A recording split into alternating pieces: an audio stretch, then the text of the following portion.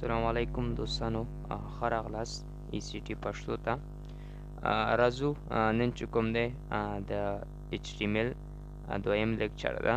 په دغه لیکچر کې بله خیره موږ او تاسو په HTML چې کوم سټرکچر ده چې څنګه کولی شو هغه ته موږ سټرکچر کریټ کړو او څنګه کولی شو سټرکچر ځان ته جوړ کړو خپل ویب سایټ ته. نو سټرکچر زده کول ډیر مهم ده، ځکه چیرې ته یو ویب سایټ جوړی او ستا سټرکچر نه زده نو ته نشي کولی چې هغه ویب سایټ کریټ کړي. نو راځو لومړی به تاسو ته ما مخکې تاسو ته ډسکرپشن ښودلی و چې څنګه موږ کولی شو دا ویس کوډ سټارټ کړو یا موږ به چشکې کوډ لیکو. نو هماغه بیسک ویس کوډ ته راځو. نو ما ویس کوډ اوپن کې نو ما ته وایي چې سیټ اپ هیز ډیټډ ویس کوډ کوډ کرنټ رننګ. اوکې نو موږ سره وایي چې ویس کوډ همدا اوس څه ده چالان ده. نو زه به راشم، زه به اوکې کوم، نه زه به دا باندې کلیک کوم. نو موږ سره ویس کوډ به خلاص شي. صحیح ده. نو ویس کوډ موږ سره خلاص شو، خو موږ سره فایل مایل نشته. نو ما ته د فایل اوپن کولو طریقه ښودلی و چې تاسو به فایل ته راځئ او بیا به څه کوئ، اوپن فولډر ته به راځئ او خپل فولډر چې موږ ډیسکټاپ په سر جوړ کړی و، یعنی ډیسکټاپ په سر هغه به موږ څه کوو، دلته موږ جوړ کړی دا به سلیکشن کوو، سلیکټ کوو. نو موږ سره څه شو، خلاص شو. او د فایل جوړولو لپاره هم ما تاسو ته طریقه ښودلی وم چې تاسو په دې به کلیک کوئ او تاسو به نوم چې هر څه ورکوئ، لیکم چې XYZ او بیا به څه کوئ .html، یعنی ډاټ به لیکئ او HTML به تاسو خامخا لیکئ. نو چې کله انټر کړئ نو دا ساحه څه شو، دا ستا لومړی پیج شو او ته دې ځینې استفاده کوی شي. صحیح ده.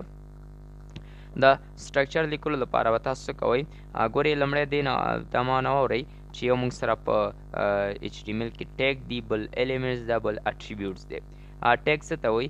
ټیګ هغه څیز چې موږ براوزر ته شو کوو، یعنی د دې په طریقه موږ براوزر ته وایي چې ما دلته خط واخیستو نو موږ دې ته ټیګ ویلی شو. ایلیمنټس څه وایي؟ مطلب دا دی چې د ټیګ مجموعې ته، یعنی څو ټیګونه چې یو ځای شي نو هغه څخه ایلیمنټ جوړیږي. صحیح ده. او بیا اټریبیوټس ته وایي؟ خصوصیات ته وایي. مطلب د دې خبر دا ده چې کله یو ټیګ زه ولیکم یا یو خط ولیکم، هغه خط ته کلر ورکول، هغه خط سایز زیاتول، دغه ټول خصوصیات چې د خط زه کوم دې ته موږ اټریبیوټ ویلی شو. او هر یو ټیګ چې تاسو ګورئ هغه کلوز او سټارټ او ان لري، مطلب شروع کیږي به او بیرته بندیږي به هم. صحیح ده. نو تاسو به څه کوئ، تاسو د HTML سټرکچر لپاره لومړی به څه کوئ، شیفت به نیسئ او دا علامه به څه کوئ، ځان سره به اضافه کوئ. د ویس کوډ یو ښه والی دا ده چې کله تاسو یو حرف ولیکئ نو هغه نور تاسو ته درکوي. صحیح ده. نو تاسو به څه وکئ، شیفت به بیا نیسئ، ون په سر دا علامه ده دا به تاسو اچوئ، هغه نور څه ولیکئ چې ډاک او ډاک ولیکئ چې ډاک ټیپ به تاسو ولیکئ. نو چې کله ډاک ټیپ ولیکئ او بیرته به دا بندوئ. ما تاسو ته ویلي وو نه ویې بندوئ، تاسو به سپیس ووهئ او بیا به HTML ولیکئ په وړه ABC باندې او بیرته به دا څه کوئ، بیرته به تاسو څه کوئ، دا به بندوئ. صحیح ده. نو تاسو به څه کوئ، تاسو به دا لیکئ بیرته به دا بندوئ. صحیح ده. هغه نه وروسته به تاسو څه کوئ، هغه نه وروسته به تاسو لاندې راځئ او بیا به تاسو څه کوئ، دا به شیفت باندې به دا نیسئ او بیا به لیکئ چې HTML. چې کله تاسو HTML ولیکئ سټارټ به یې کوئ، نو چې کله تاسو بند کړئ نو دا هغه کلوز ټیګ دا ورکوي. صحیح ده. نو ګورئ دا سټارټ ټیګ شو او دا کوم چې دلته دی دا کلوز ټیګ دی. صحیح ده. نو د سټارټ ټیګ شو هغه کلوز ټیګ شو. نو تاسو به دننه HTML کې خپل کرسر ودروئ، انټر به ووهئ او انټر نه وروسته HTML نه بل وروسته موږ سره څه ده، تاسو به ولیکئ چې څه هیډ به ولیکئ. نو چې کله هیډ ولیکئ یعنی هیډر، هیډ چې کله ولیکئ دا تاسو سره هیډ شو. صحیح ده. نو لومړی هماغه خبره ده، ډاک ټیپ به لیکئ، ډاک ټیپ نه وروسته HTML به لیکئ، بیا به HTML سټارټ کړئ او HTML بیرته بند کړئ. HTML کې دننه موږ سره هیډ ده، هیډ به تاسو سټارټ کړئ بیرته خپله تاسو سره په خپله بندېږي. او بیا هیډ کې دننه بل موږ سره یو څیز ده چې تاسو به سټارټ کړئ ولیکئ چې ټایټل به لیکئ. صحیح ده. نو چې کله تاسو ټایټل ولیکئ ټایټل بیرته بند کړئ. صحیح ده. نو دا د هیډ کې دننه ټایټل خبره. صحیح ده. تاسو به هیډ نه بیخي لاندې راځئ او بیا به تاسو د بل په نامه باډي په نامه یو څه سټارټ کوئ او بیرته به باډي بندوئ. صحیح ده.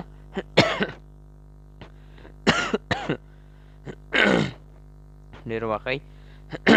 نو دا ستا مکمل د هغه HTML چې کوم سټرکچر ده هغه مکمل ستا تیار دی او ته کولی شې ځینې استفاده وکړې. راځو دا یو ځل تشریح کوو چې دا څنګه استعمالیږي او څنګه کار کوي. صحیح ده.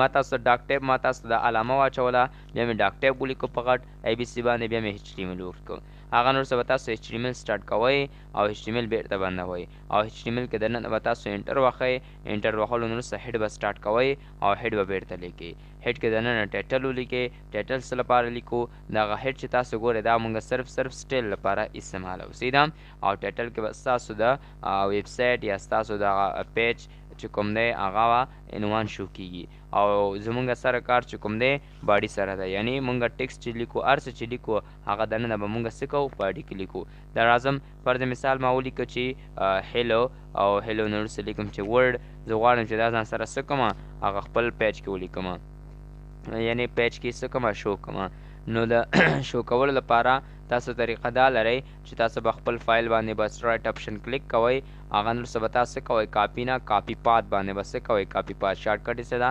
شیفټ آل سی چې باندې پریس کړئ تا سره په خپله شارټ کټ په شکل تاته درکوي هغه وروسته چې کله هم تاسو کاپي پات کړله خو خبره په یاد ولرئ چې دا فایل لومړی به سیف کړئ نو چې فایل باندې راغلی او ته به څه کوې سیف باندې به کلیک کړې نو ګوره دا اوس سیف شو هغه نور څه به ته څه کوې هماغه ګوګل کروم ته ورځئ او ګوګل کروم چې کله خلاص شو او دغه سرچ باکس کې به خپل کرسر ودرئ نو چې کله دلته ودرېدې په دې به رایټ اپشن کلیک کوئ او تاسو به څه کوئ پیس باندې کلیک کوئ نو ګوره دا ستاسو شو ادرس شو انټر به پریس کړي نو ګوره هغه لیکل چې تا کړی و هغه دلته موږ سره راغله او که دا طریقه غټه وي نو تاسو به څه کوئ خپل کروم به خلاص نیسئ او چې کله خپل کروم هم خلاص کړله نو تاسو سره به دا کروم خلاص شي تاسو به خپل صفحې ته راځئ خپل صفحه به داسې کش کوئ کروم به تاسو خلاصوئ هغه نه وروسته به تاسو څه کوئ داسې به کروم ته لاړ شئ او کروم به دې ساحې ته لاړ شئ هلته به یې څه کوئ دلته به تاسو لیف به تاسو کلیک نیو دلته به یې تاسو ډراپ کړئ نو ګوره تاسو سره څه شو مکمل هغه ستا لیکل بیا راغله صحیح ده نو په دې طریقه هم کولی شئ څه کوئ